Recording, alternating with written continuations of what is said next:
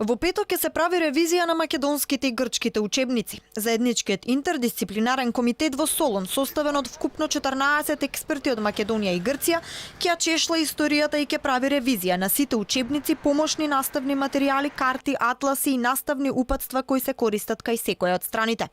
За именувањето на населените места ќе се користеле меѓународните конвенции, вели предводникот на македонскиот тим амбасадорот Габер. Па така во иднина Солун во меѓународна употреба ќе се насловува само како Тесалоники.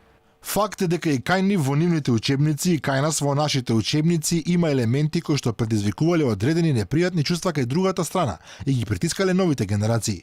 Во однос на именувањето на населените места, топонимите, Тесалоники или Солун, Монастир или Битола, ќе се користат меѓународните конвенции кои за нас се доста поволни. Овој комитет ќе дефинира и временски рамки за да се осигура дека секоја од страните една година по потпишувањето на договорот нема да користи учебници и материјали кои би се држеле било каков иридентизам. Во меѓувреме, за вице-премиерот Османи, процесот на имплементацијата на Преспанскиот договор е неповратен. Тој е убеден дека договорот за промена на името ќе помине лесно и без проблеми и во Македонија и во Грција.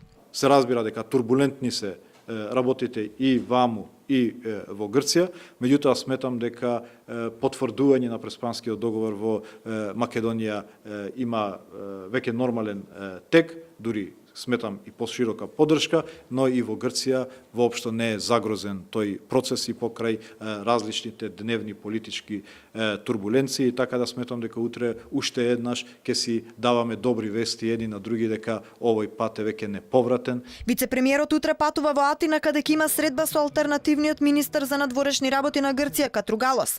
Ќе се разговарало за имплементацијата на Преспанскиот договор и можноста за користење на експертизата од Грција во однос на пристапните преговори со Европската унија. Османи денеска пред новинарите се пофали дека ќе бил првиот кој ќе патувал со новата авионска линија Атина-Скопје, што било уште еден доказ дека односите меѓу двете земји се затоплувале.